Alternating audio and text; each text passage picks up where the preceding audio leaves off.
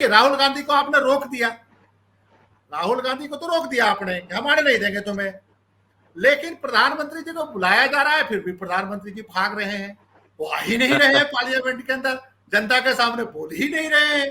अरे भैया, अरे आपके पास तो, आप तो सर्वशक्तिमान हैं, 56 इंच हैं, विश्व गुरु हैं, भारत के लोकतंत्र पे लगातार 10 साल करने वाले नेहरू जी के बाद आप हैं, इंदिरा गांधी के बाद आप हैं, और उसके बावजूद आप भाग रहे हैं। आपको जवाब देते, मणिपुर पे भी जवाब देते हुए डर रहे हैं। तो इससे पता चलता है कि राहुल गांधी का डर तो है ही, खुद बाकी जो और जो सांसद बैठे हुए उनसे भी डरे हुए हैं। तो ये तो सरकार वो है कि जो आईएएस, जो नौकरशाह, इनकी बात का जो है अगर बताएं कि नहीं साहब ये कानूनी रूप से गलत है, इससे जो है वो होगा, अच्छा दस्तखत भी ये नहीं करते, दस्तखत उससे कहते हैं तुम करो, तो वो अपना गला क्यों फंसाए। आपको बताएं कि उत्तर प्रदेश में पूनिया साहब मायावती जी के पीए थे, और ताज कॉरिडोर मामले में उन्होंने जो मायावती जी ने मुख्यमंत्री के रूप में आदेश दिया था उसको दर्ज करके लिख दिया कि मुख्यमंत्री ने ये आदेश दिया है फाइल में। इसकी वजह से पूनिया साहब बच गए, और बहन मायावती जी इसलिए बच गई क्योंकि जो है उनको परमिशन नहीं मिली को वहां से सरकार की, मतलब जो सहमति देती है मुकदमा चलाने की, वो सहमति नहीं दी, उससे वो बच गई। अगर पूनिया साहब ने दस्तखत किया होता तो सारी गाज पूनिया साहब के सर पर गिर जाती। तो आपने विपक्ष को टोटल बेईमान कह दिया। वो तो शरीफ है कि उन्होंने आपके खिलाफ मुकदमा नहीं किया, आप साबित कीजिए, किसके खिलाफ साबित करेंगे? आरोप लगाना थोड़ी साबित करना होता है। ये एक बहुत ही बुरी परंपरा स्थापित की गई है, और मैं समझता हूँ सरकार ने बुरी परंपरा स्थापित करने के सारे मानदंड तोड़ दिए हैं। चाहे वो लोकसभा के अंदर बिल पास कराना हो, अविश्वास प्रस्ताव आया हुआ है, और अविश्वास प्रस्ताव के दौरान अविश्वास प्रस्ताव के बहस करवाए बिना तमाम बिल पास किए जा रहे हैं। सामान्य रूप से जब अविश्वास प्रस्ताव आ जाता है तो सरकार को कोई भी बिल पास नहीं करना चाहिए, किसी भी बिल पे बहस नहीं होनी चाहिए, लेकिन वो सारा कुछ ये सरकार कर रही है। सोनिया गांधी को जर्सी गाय कहा था, हाँ, वो उस पे रेणुका चौधरी को सूर्पनखा कहा था, तो प्रधानमंत्री जी ने ये सब जो कहा था ये शालीनता की श्रेणी में आता है या अभद्र जो है टिप्पणी की श्रेणी में आता है? इस पर भी सुप्रीम कोर्ट को विचार करना चाहिए।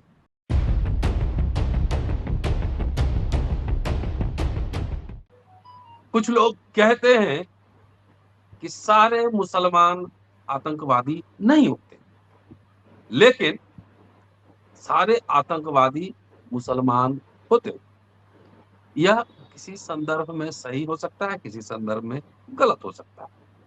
उसी तरीके से सारे मोदी चोर भ्रष्ट नहीं है, लेकिन देश से जो पैसा लेकर, देश की जनता के खून पसीने की कमाई का पैसा लेकर जो भागे हैं बड़े बड़े लोग, उसमें से ज्यादातर मोदी।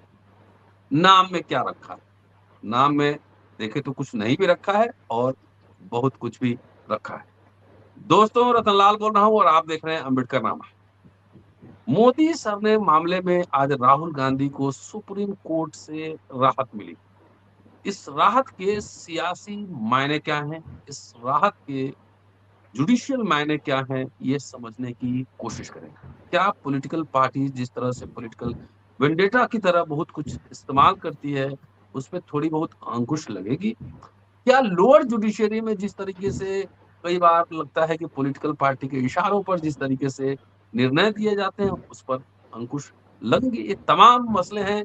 इस वीडियो में, इस एपिसोड में तमाम मसलों पर विस्तार से बात रखूंगा। पूरा वीडियो देखते रहिएगा, सुनते और सब्सक्राइब करते रहिएगा। दो खास मेहमान लगातार आप अम्बेडकरनामा पर सुन रहे हैं। जेपी सिंह साहब हैं, वरिष्ठ पत्रकार, संपादक और एडवोकेट हैं, और संजीव जी हैं, संजीव पांडे साहब, ये वरिष्ठ पत्रकार हैं और पॉलिटिकल एनालिस्ट भी हैं। जेपी सिंह साहब से पॉलिटिकल और लीगल एंगल दोनों पे बात की जाएगी, और संजीव पांडे जी से इनके पॉलिटिकल एंगल पे बात की जाए। स्वागत है सर अम्बेडकरनामा में। सर जी नमस्कार सर। नमस्कार। नमस्ते सर। नमस्ते।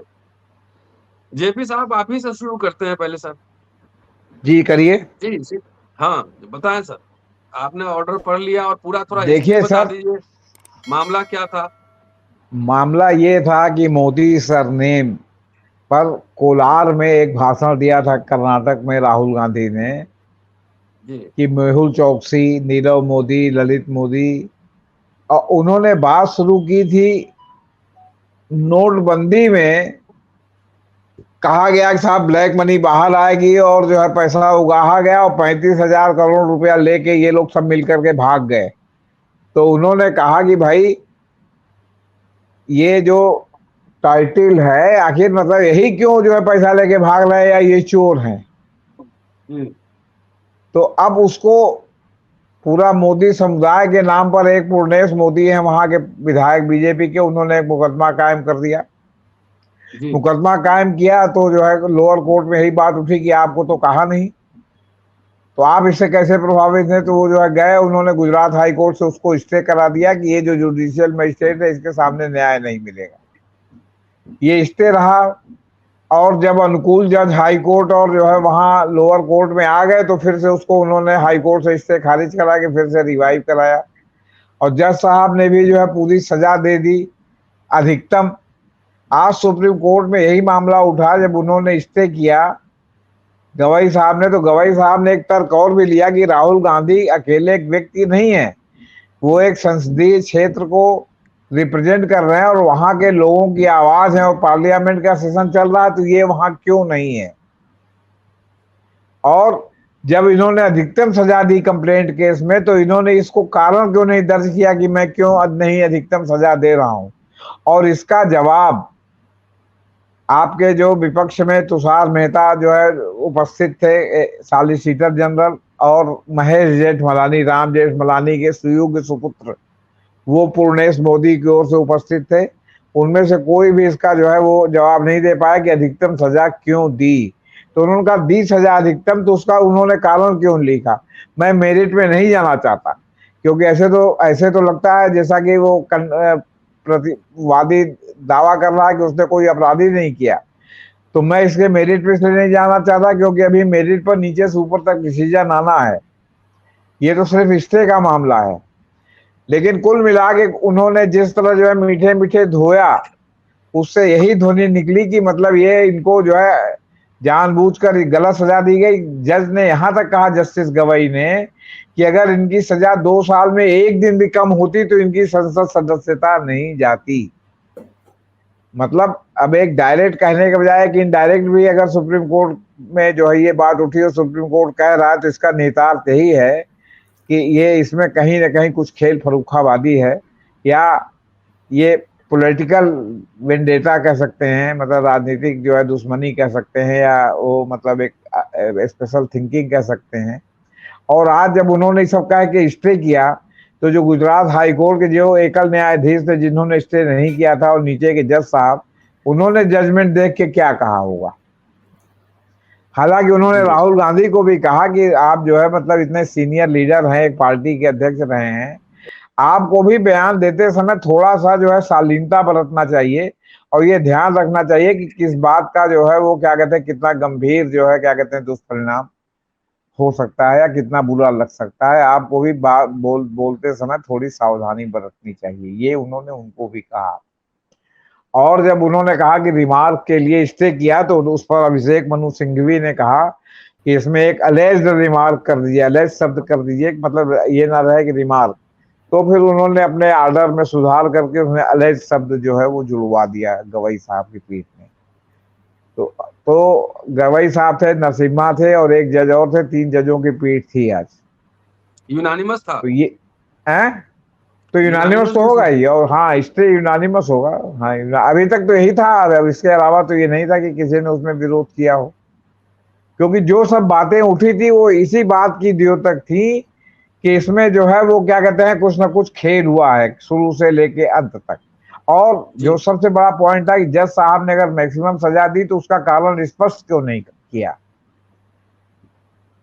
तो ये सवाल भी उठा। दूसरी बात, आप एक बात समझिए, नोटबंदी से चूंकि जोड़ करके उन्होंने ये सब बातें कही थी, वरना हो सकता है कि मोदी जी के मामले को लेकर बीजेपी संसद में जो है राहुल गांधी की बात पर विशेषाधिकार हनन का प्रस्ताव ला सकती थी कि राहुल गांधी ने मोदी जी की इतनी निंदा की, लेकिन विशेषाधिकार हनन का प्रस्ताव तो नहीं आया।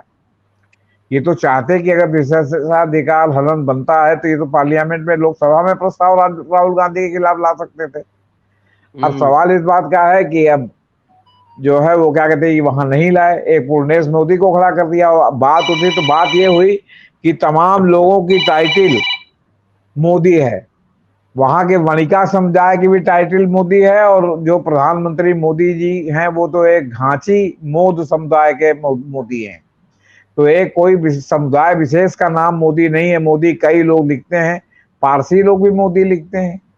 आपके पीलू मोदी संसद सदस्य भी थे, वो पारसी थे।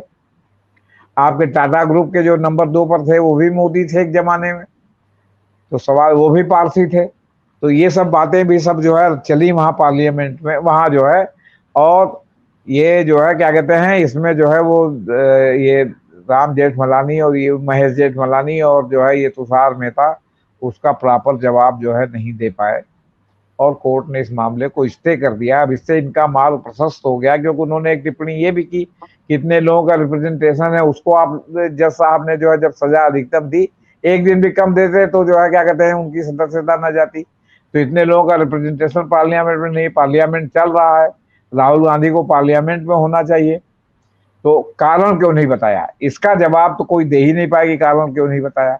और ये तो पहले दिन से हो रहा कि कंप्लेंट केस में ये दुर्लभ केस है जिसमें मैक्सिमम सजा मिली हो, नहीं तो एक प्रतीकात्मक सजा कंप्लेंट केस में भी मिलती है। और दूसरी बात ये कि कंप्लेंट केस में सबसे बड़ी बात है कि जुडिशियल मजिस्ट्रेट लेवल पर ये देखा जाना चाहिए कि मानहानि का इतना स्पष्ट कानून है कि व्यक्ति विशेष का मानहानि होता हो, मतलब जो जिसमें यह है कि एक जनरल बात कह दी गई हो। वही जैसे आपने शुरुआत में कहा कि पहले ये नैरेटिव था कि सारे मुसलमान आतंकवादी नहीं है, लेकिन आतंकवादियों का नाम मुसलमान क्यों है? ये नैरेटिव बदला जब प्रज्ञा ठाकुर और कर्नल पुरोहित मालेगांव विस्फोट में जब पकड़े गए, तो ये नैरेटिव बदला कि मुसलमान ही आतंकवादी नहीं, आतंकवादी तो जो है वो हिंदू भी हैं।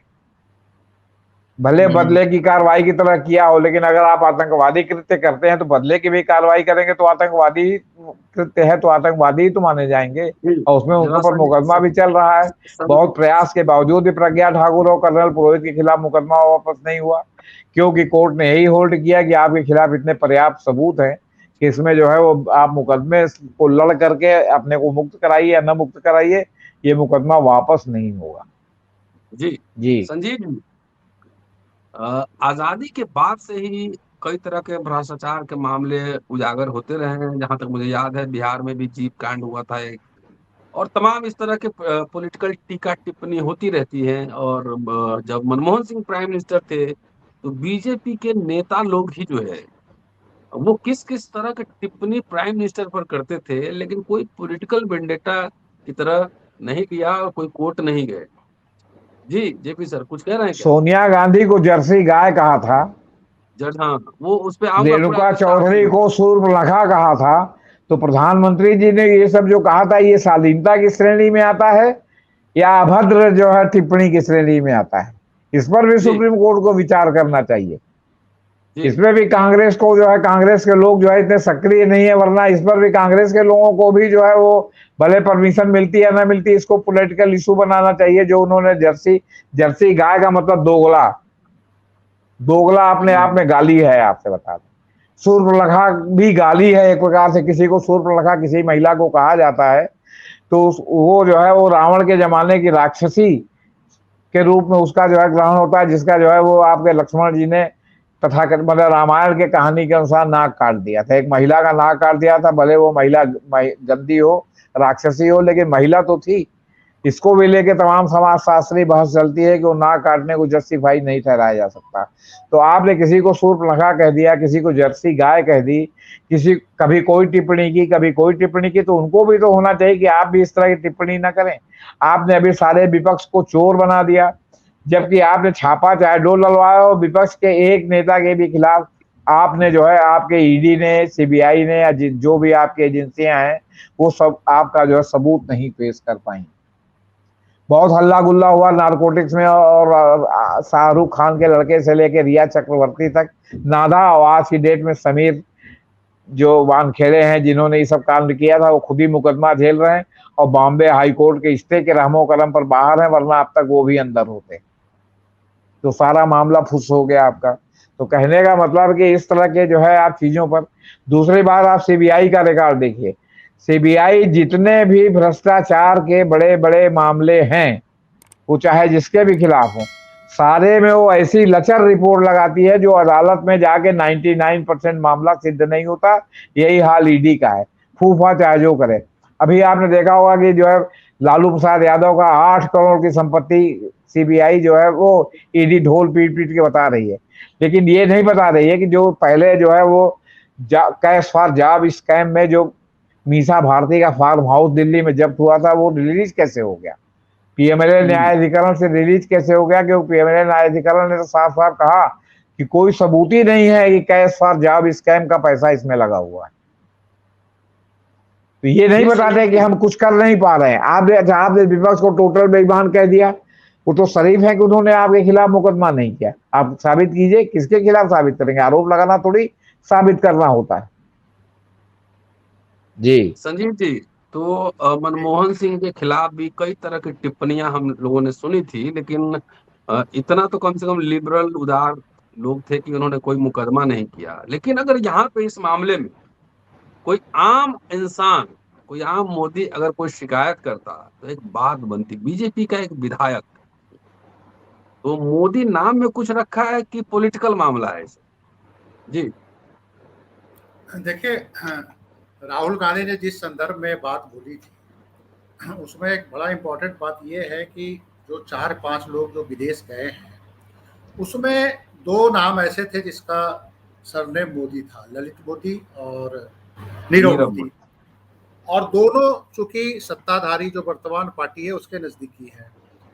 ललित मोदी भी भारतीय जनता पार्टी के नेताओं के नजदीकी थे और नीरव मोदी भी भारतीय जनता पार्टी के नजदीकी होने के साथ देश के एक बड़े कारपोरेट घराने जो मुकेश अंबानी की फैमिली है उनसे उनकी रिश्तेदारी भी है। तो जनरली क्या होता है कि जब आप राजनीतिक भाषण देते हैं तो इस तरह के उपमा अलंकार की तमाम भाषाएं चलती रहती है, अलग अलग शब्दों का, अलग अलग वाक्यों का इस्तेमाल होता है भारतीय राजनीति में।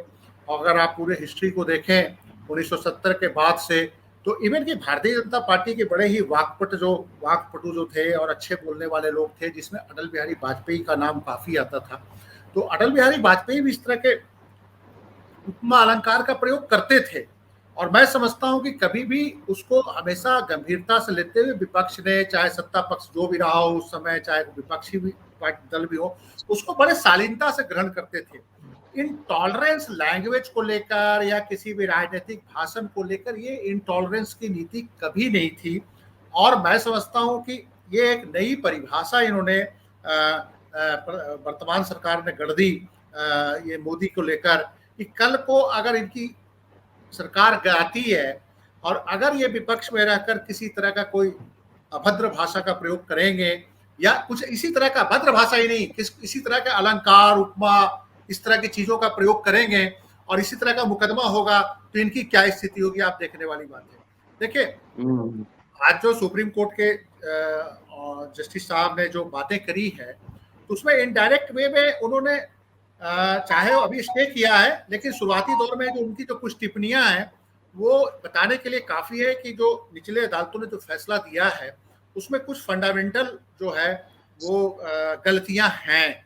और मैं समझता हूँ कि तो फाइनल जजमेंट के बाद सारा कुछ पता चलेगा, लेकिन जिस ढंग से स्टे उन्होंने दिया तो उन्होंने ये लगभग बता दिया कि इसमें फंडामेंटल गलतियां हैं। और अगर राजनीतिक भाषणों के आधार पर अगर आप किसी को इतना मैक्सिमम सजा देंगे और उनकी संसद की सदस्यता ही चली जाएगी तो ये एक परंपरा सी बन जाएगी। किसी भी राज्य में कोई भी राजनेता के खिलाफ एक मुकदमा होगा, सजा होगी और उसकी सदस्यता जाएगी। तो ये संसदीय लोकतंत्र के लिए बहुत ही एक दुर्भाग्यपूर्ण बात होगी। और मैं समझता हूँ कि दुनिया की तमाम जहाँ पे भी एक हेल्दी डेमोक्रेसी है वहां पे नेताओं को बोलने का, इस तरह के वाक्यों के प्रयोग करने का, भ्रष्टाचार को लेकर अटैक करने का अधिकार है। तो मैं समझता हूं कि राहुल गांधी ने ऐसा कुछ नहीं बोला था कि जिसमें उनको सजा हो जाए, उनको एक चेतावनी दी जा सकती थी। मैं तो समझता हूं कि इस तरह के भाषणों में चेतावनी की भी जरूरत नहीं होती। सामान्य रूप से राजनेता इस तरह के वाक्यों का प्रयोग करते हैं जो भी थोड़ा सा राजनीतिक रूप से क्या कहा जाता है सक्रिय है, या इवन की आम जनता भी जानती है, जिनकी थोड़ी सी उम्र हो गई, रैलियों में जाते रहे हैं तो वो बोलते रहे। अब देखिए कि प्रधानमंत्री जी के खुद का भाषण देख लीजिए। प्रधानमंत्री जी ने संसद के अंदर ही मनमोहन सिंह पे एक बड़ी भद्र टिप्पणी करी थी कि वो रेन कोट में नहाने की जो टिप्पणी करी थी मनमोहन सिंह पे, तो मुझे तो नहीं लगता कि प्रधानमंत्री जी के लिए शोभनीय था, लेकिन उसको उन्होंने एक, चलिए कि एक राजनेता है, भाषण दे रहे हैं, उस हिसाब से लिया। इस तरह के भाषण दिए जाते हैं। तो राजनीति में इस तरह की बातें आती रहती है।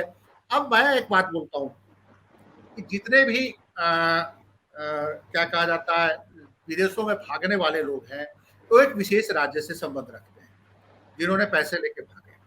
अगर उन्होंने, किसी राजनेता ने टिप्पणी कर दी, तो क्या टिप्पणी कर देने से क्या वो विशेष राज्य का अपमान हो जाएगा? नहीं, बिल्कुल नहीं होगा।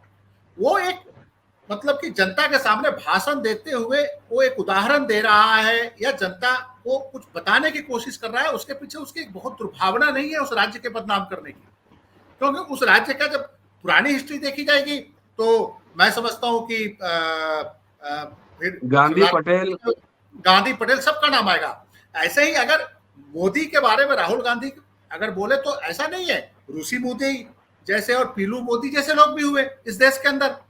और मैं समझता हूं कि सोशलिस्ट मूवमेंट को बहुत ज्यादा एक फंड करने वाले भी कोई मोदी साहब ही थे। वो जमशेदपुर में उनका कोई हेडक्वार्टर था, टाटा ग्रुप से संबंधित थे और सोशलिस्ट लोगों के साथ जुड़े, अच्छे अच्छे काम भी करने वाले मोदी है। तो राहुल गांधी ने सिंपल एक बात करी थी और उस बात को इतना बतंगड़ बनाया गया कि ये एक बहुत ही बुरी परंपरा स्थापित की गई है। और मैं समझता हूँ सरकार ने बुरी परंपरा स्थापित करने के सारे मानदंड तोड़ दिए हैं। चाहे वो लोकसभा के अंदर बिल पास कराना हो, अविश्वास प्रस्ताव आया हुआ है और अविश्वास प्रस्ताव के दौरान अविश्वास प्रस्ताव के बहस करवाए बिना तमाम बिल पास किए जा रहे हैं। सामान्य रूप से जब अविश्वास प्रस्ताव आ जाता है तो सरकार को कोई भी बिल पास नहीं करना चाहिए, किसी भी बिल पे बहस नहीं होनी चाहिए, लेकिन वो सारा कुछ ये सरकार कर रही है। और जिस ढंग से प्रधानमंत्री ने अपने जो पिछले कुछ दिनों का उनका भाषण देखिए, उस भाषण से क्लियर हो रहा है वो खुद राहुल गांधी ने तो उसके मुकाबले कुछ नहीं किया। जैसे इंडियन जो ग्रुप बना है उसको इंडियन मुजाहिदीन बोल दिया, कुछ बोल दिया, मतलब कि तरह तरह की भाषाओं का प्रयोग कर रहे हैं। तो मेरा तो ये मानना है कि ये जो पूरा का पूरा जो राजनीतिक रूप से भारतीय जनता पार्टी के लिए आज का जो फैसला है वो एक सेटबैक है, क्योंकि भारतीय जनता पार्टी की पूरी कोशिश थी कि अगले लोकसभा चुनाव तक राहुल गांधी की एंट्री लोकसभा में ना होने दे, और उसी के तहत ये सारा कुछ रणनीति तय हो रही थी। देखिए, अब है कि सुप्रीम कोर्ट के इस फैसले के बाद राहुल गांधी की एंट्री लोकसभा में तय है, वो दोबारा आएंगे। और अभी वर्तमान सरकार को 2024 का बजट सेशन, उससे पहले शीतकालीन सेशन और ये मानसून सेशन, बजट सेशन तो नहीं होगा लेकिन उससे पहले जो एक सेशन होगा फरवरी में तो करवाना ही पड़ेगा। तो ये सारे तीन चार सेशन अभी होने हैं। तो अब ये सरकार की ये भी कोशिश हो सकती है कि राहुल गांधी की सदस्यता सुप्रीम कोर्ट के आदेश के बाद भी ना बहाल करे। ऐसे पिछले दिनों हो चुका है एक मामले में, और एक बीजेपी की सदस्य की सदस्यता तुरंत बहाल हो गई थी, किसी और की सदस्यता चली गई थी, लेकिन उनका स्टे मिल गया था। लक्षद्वीप के जो सांसद थे तो उनकी सदस्यता बहाल नहीं हुई थी, उनको जाना पड़ा, शायद दोबारा कोर्ट में या सुप्रीम कोर्ट गए, चाहे जहां गए। और अब ये राहुल गांधी के सदस्यता कितने दिनों के बाद ये बहाल करेंगे ये देखने वाला होगा, क्योंकि लोकसभा के स्पीकर के ऊपर भी तमाम आरोप लग रहे हैं कि वो बहुत ही पक्षपाती ढंग से लोकसभा को चला रहे हैं।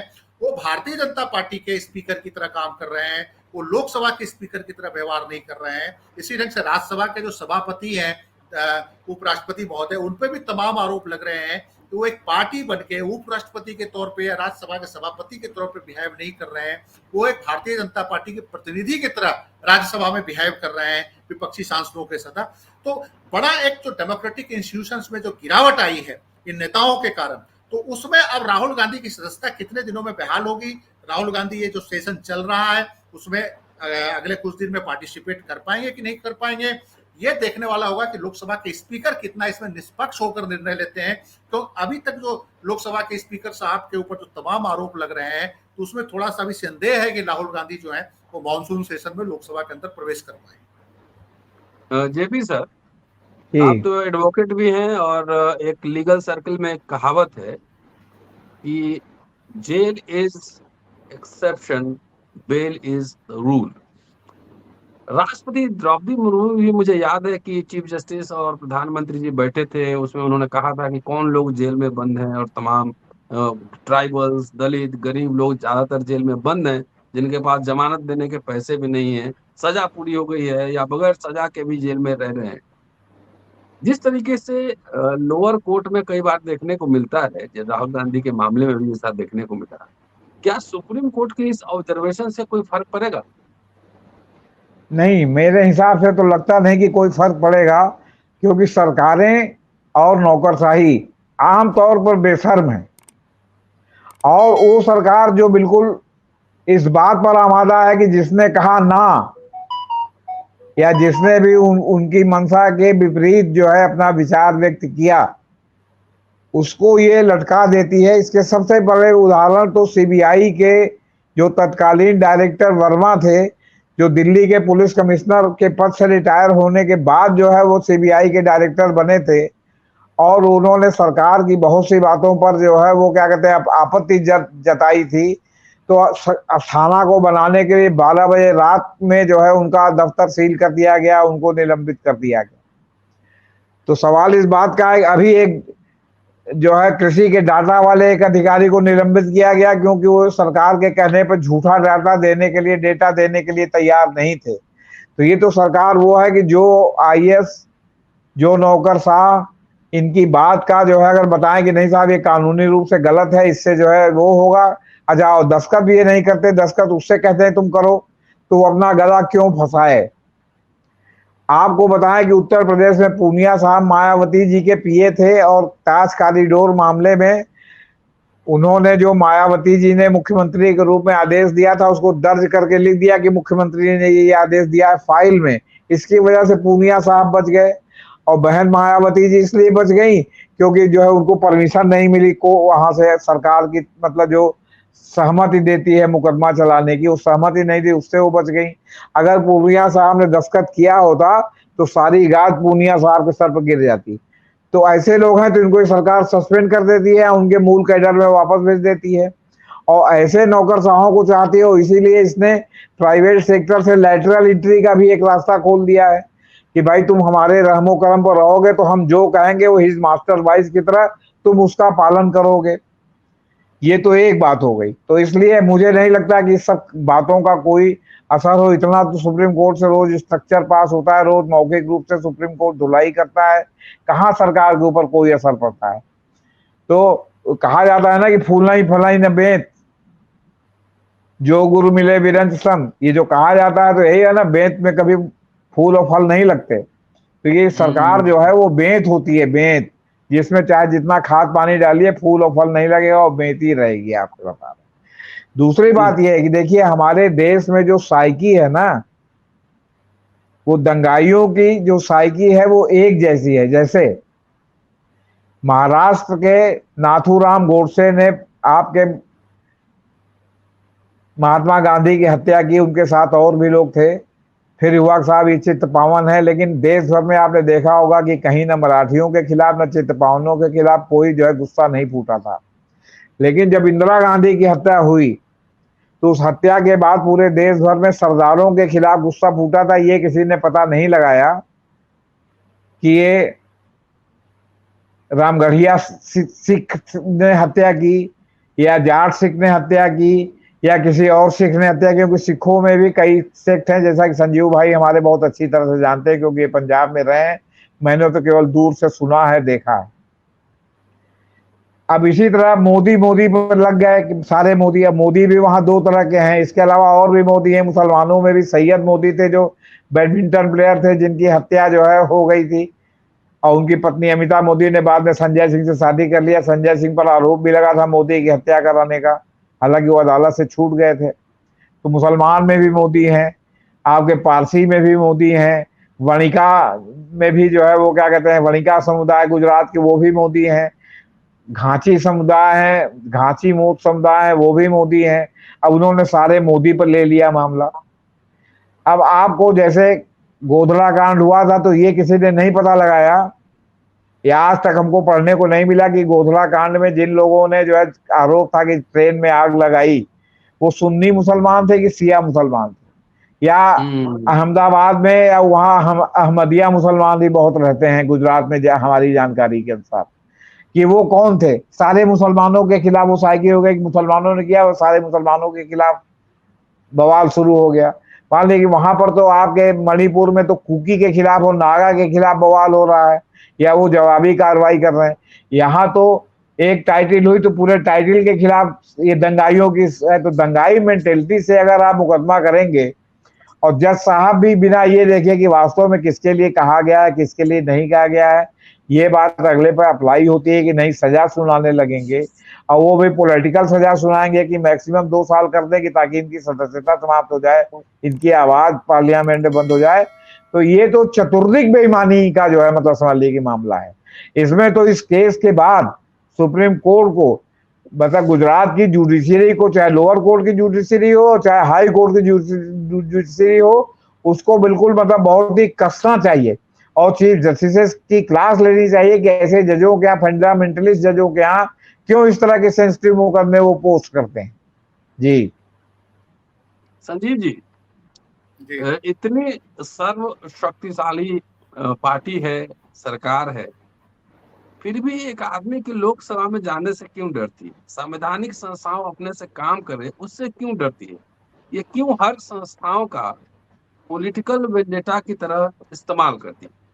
संजीव जी देखिए, ऐसा है कि ये जो तमाम जो घटनाक्रम है पिछले 10 सालों में देखा गया है। इससे पहले भी एनडीए की सरकार थी, अटल बिहारी वाजपेयी की सरकार थी, तो इस तरह की चीजें सामने नहीं आई थी।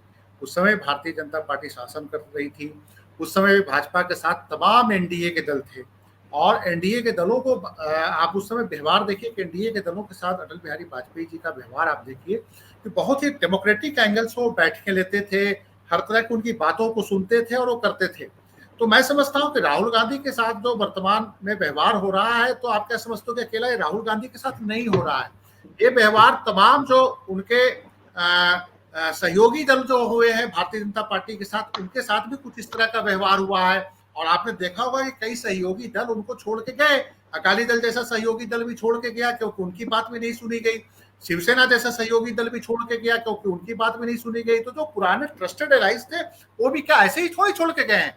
इनके जो तानाशाहीपूर्ण रवैया जो भारतीय जनता पार्टी के नेताओं का रहा है, उसके कारण ही ये छोड़ के गए कुछ इंपॉर्टेंट सहयोगी दल। तो मैं ये मानता हूं कि ये पूरे जो लोकतांत्रिक सोच पे ही आक्रमण हुआ है पिछले 10 सालों में। तो इस पे सोचने की जरूरत है कि अकेला राहुल गांधी का मसला नहीं है। हाँ, राहुल गांधी से तात्कालिक समस्या जरूर इस सरकार को हो रही थी क्योंकि उन्होंने भारत जोड़ो यात्रा निकाली थी और उन्होंने क्या कहा जाता है, जो पार्लियामेंट के अंदर जो कुछ ऐसे फोटोग्राफ्स दिखाए थे जिसमें प्रधानमंत्री जी गौतम अडानी जी के साथ बैठे हुए थे, तो मैं समझता हूं कि उससे भी आहत थे प्रधानमंत्री जी, ज्यादा व्यक्तिगत रूप से आहत होंगे।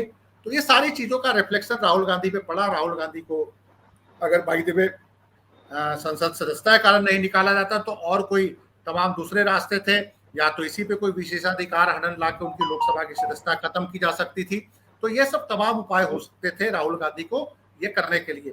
अभी मैं सामने देख रहा हूँ, एक बड़ी इंपॉर्टेंट खबर आई है। बॉम्बे हाई कोर्ट के जज जस्टिस रोहित बी देव ने रिजाइन कर दिया है और उन्होंने भरी कोर्ट में इसकी घोषणा करी नागपुर बेंच पे। और ये जज बड़े इंपॉर्टेंट जज हैं। उन्होंने क्यों उन्होंने रिजिग्नेशन की घोषणा कर दी, भरे कोर्ट में ही कहा कि मैंने रिजाइन कर दिया है, सारे कोर्ट केसेस को डेफर कर दिया उन्होंने। और उन्होंने ये कहा कि हमने अगर किसी को हर्ट किया होगा तो उनसे भी मैं माफी मांग रहा हूँ, हमने बहुत कोशिश करी कि अच्छा काम करूँ। और अब रिजिग्नेशन का कारण तो उन्होंने भरी कोर्ट में नहीं बताया है, लेकिन उन्होंने रिजिग्नेशन भेजने की घोषणा कर दी कि अब मैं रिजाइन कर चुका हूं, मैं अब नौकरी में नहीं हूं। और ये जज साहब वही हैं जो दिल्ली यूनिवर्सिटी के एक प्रोफेसर को इन्होंने डिस्चार्ज किया था किसी टेक्निकल ग्राउंड पे, रोहित देव जी साईनाथ, कोई जीएन साईनाथ साईं बाबा कोई दिल्ली यूनिवर्सिटी के प्रोफेसर थे जिनको नक्सलवादी मामले में कुछ सजा हो जाती थी। तो उनको डिस्चार्ज किया था। तो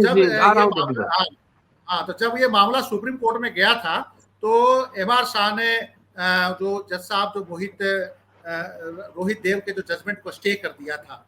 तो ये भी एक बड़ा डेवलपमेंट है कि हाई कोर्ट जज साहब ने रिजाइन कर दिया है। और मैं समझता हूँ कि इस तरह की जो खबरें आ रही है तो इसके पीछे कारण क्या है उस पर भी तमाम रिसर्च होंगे, क्यों रिजाइन किया।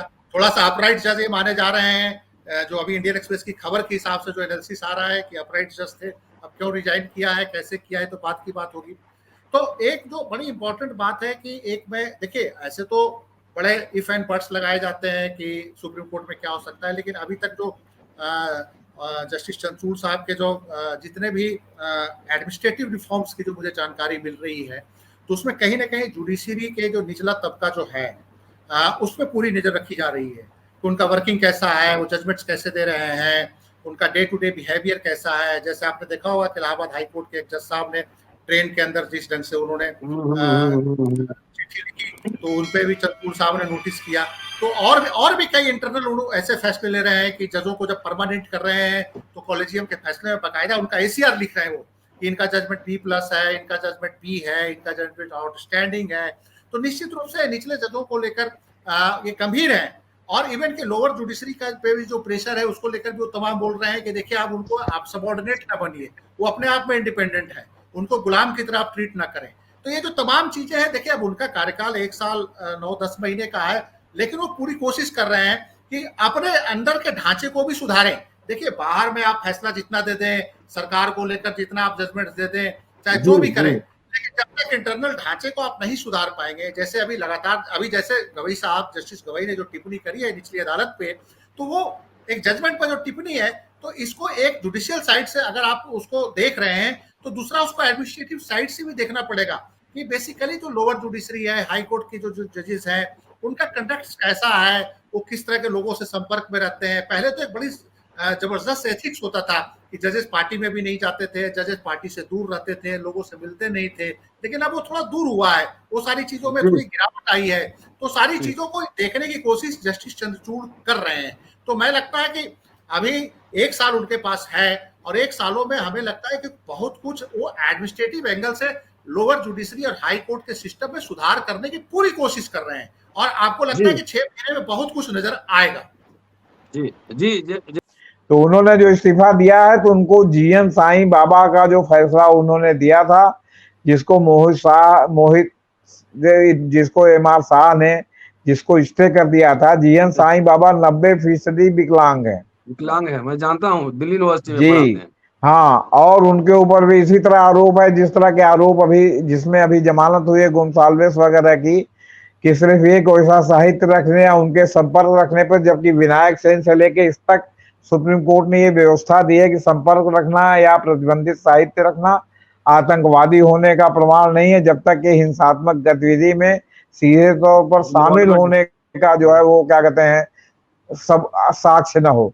लेकिन अब साईं बाबा को चूंकि वहां से वो हो गया है, मामला सुप्रीम कोर्ट में पेंडिंग है, तो इसलिए उन्होंने अब MR शाह के कोर्ट में अगर जो है वो मुकदमा जाएगा, तो MR शाह तो फंडामेंटलिस्ट जज थे, वो क्या फैसला देंगे। अभी भी सुप्रीम कोर्ट में बहुत से फंडामेंटलिस्ट जज हैं, माननीय जज हैं, उनके कोर्ट में जाएगा तो क्या फैसला देंगे।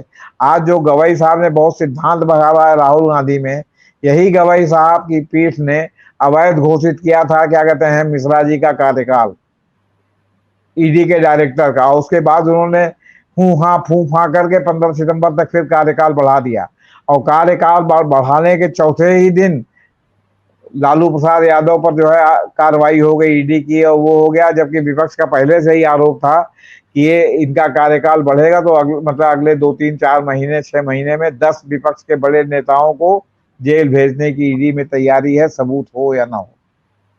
जी, अंतिम में चलते चलते एक छोटा सा सवाल, शॉर्ट आंसर, कि संजय सिंह आम आदमी पार्टी के राज्यसभा सांसद हैं, पूरे सत्र के लिए सस्पेंड कर दिया गया है, वो धरना पर बैठे हैं, और जो अभी राहुल गांधी को राहत मिली है, इसमें ओम बिरला साहब क्या करेंगे? क्या उनकी सदस्यता तुरंत बहाल करेंगे या कोई लीला करेंगे? संक्षेप में अब देखिए, अब वो लीला करें या लीला न करें, पूरा देश देख रहा है। जैसे आपके मन में सवाल है, हमारे मन में भी सवाल है, संजीव भाई के भी मन में सवाल है, कि अधिकतम वो कर सकते हैं कि अभी वो विचार करेंगे कि क्या करें क्या ना करें। ये कह सकते हैं कि हम लीगल एडवाइजर से एडवाइस लेंगे कि हम क्या करें क्या ना करें। टालने के बीच तो फार्मूले हैं। हो सकता है कि ओम बिरला इनका जो है वो जब प्रधानमंत्री का जवाब लोकसभा में हो जाए, 4 तारीख आज है, 8 तारीख को बहस होगी, प्रधानमंत्री 10 तारीख को जवाब देंगे, तो हो सकता है कि जवाब हो जाए, तब जो है ये क्या कहते हैं इनकी सदस्यता बहाल करें। तब तक जो है इफ एंड बट्स के नाम पर जो है रोक सकते हैं। और दूसरा ये है कि अगर उनके अंदर थोड़ा भी स्टेट्समैनशिप है और वो डिजर्व करते हैं कि वो लोकसभा के माननीय स्पीकर हैं, तो उनको निष्पक्ष रूप से अदालत का आदेश मिलते ही और अदालत की टिप्पणियां देखते ही तत्काल जो है उनको राहुल गांधी की सदस्यता को बहाल करना चाहिए और उनके सारे संसद सदस्य के रूप में सारे अधिकार तत्काल बहाल करने चाहिए, ताकि वो अपने कर्तव्यों का सम्यक निर्वहन कर सकें, जिसकी शपथ सारे लोग जो है वो लेते हैं। संजीव जी, संक्षेप में राजनीतिक मर्यादा की उम्मीद की जा सकती है? देखिए, राजनीतिक मर्यादा की उम्मीद हमेशा करनी चाहिए और राजनीतिक मर्यादा का पालन भी करना चाहिए। लेकिन चूंकि मैं इस बात पे मैं लगातार सोचता रहा हूँ, चाहे ये भारतीय जनता पार्टी का अपना फैसला है, राजनीतिक निर्णय है कि उन्होंने ओम बिरला, एक बहुत ही जूनियर मोस्ट नेता को लोकसभा का स्पीकर बनाया। सामान्य रूप से लोकसभा का स्पीकर बहुत ही जो सीनियर मोस्ट नेता होता है, जिसको संसदीय लोकतंत्र का बहुत ज्यादा ज्ञान होता है और वो जो तमाम दलों के साथ उसके बड़े अच्छे व्यवहार होता है, रैपट होता है पार्लियामेंट के अंदर, वो सामान्य रूप से बनाया जाता है। और भारतीय जनता पार्टी ने ये मतलब कि जो ओम बिरला को जब बनाया तो वो एक बड़ा फैसला हैरानीजनक था कि क्यों बनाया गया।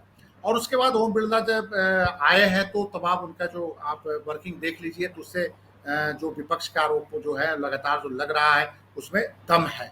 दूसरी बात यह है कि देखिए, ओम बिरला चाहे राहुल गांधी को बहाल पार्लियामेंट में आने दें ना आने दें, अब भारतीय जनता पार्टी के नेताओं को दो बात समझना चाहिए कि राहुल गांधी बाहर रह के राजनीतिक रूप से भाजपा का बहुत ज्यादा नुकसान कर रहे हैं।